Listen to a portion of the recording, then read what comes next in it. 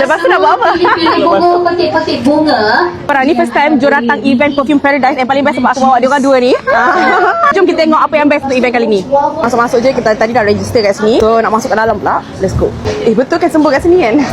Betul tak? Betul So yang ni, yang full edition. Yang ni sumpah wangi gila. Jom sekali yang ni korang.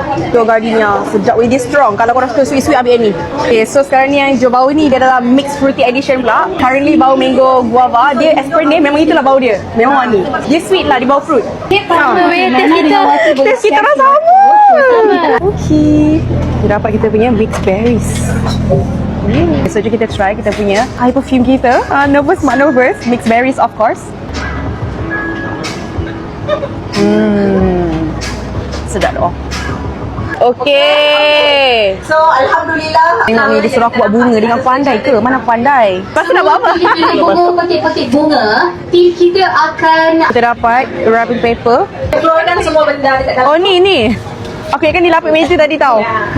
Unik lah event kali ni. Kita kena buat bunga. Mana ada event lain kau kena buat bunga kan? Nak buat sendiri. Selalu kita dapat, ini kita kena buat. Kau tengok, dah lah depan aku ni lelaki kau tengok. Lagilah terkedu member tu. Ikat dua je lah. Yes. Kebalut. Macam ni. Okey. Macam tu ke?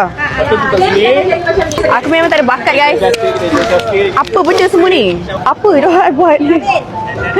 Stres ni mak. Okay korang, I dapat PR kit. Korang tengok lah, dia bagi aku luggage. Nampaknya aku pergi travel lagi ni.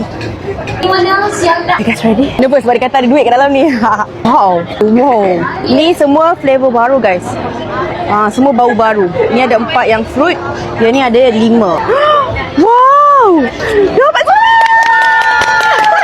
Terima kasih lah. Nanti saya belanja air ya. Korang tahu tak Perfume Paradise ni bau dia semua tahan lama. Sembuh sekali bau 3 hari tahan. Kau jangan main-main. My favourite, korang kena try beli. Jangan lupa masuk live diorang launching 13 Februari pukul 9 malam dekat TikTok Perfume Paradise tau. Korang pergi beli ni tau. Kakak je ni sebab Joanna. Tiba. Wangi weh. Ada satu lagi. Sampai rumah dia buka kita punya PR box. Sayang. Sedap tu. Yang ni. Oh ni memang favourite saya ni. Mixed fruit ni. Mixed berry sorry. Beautiful.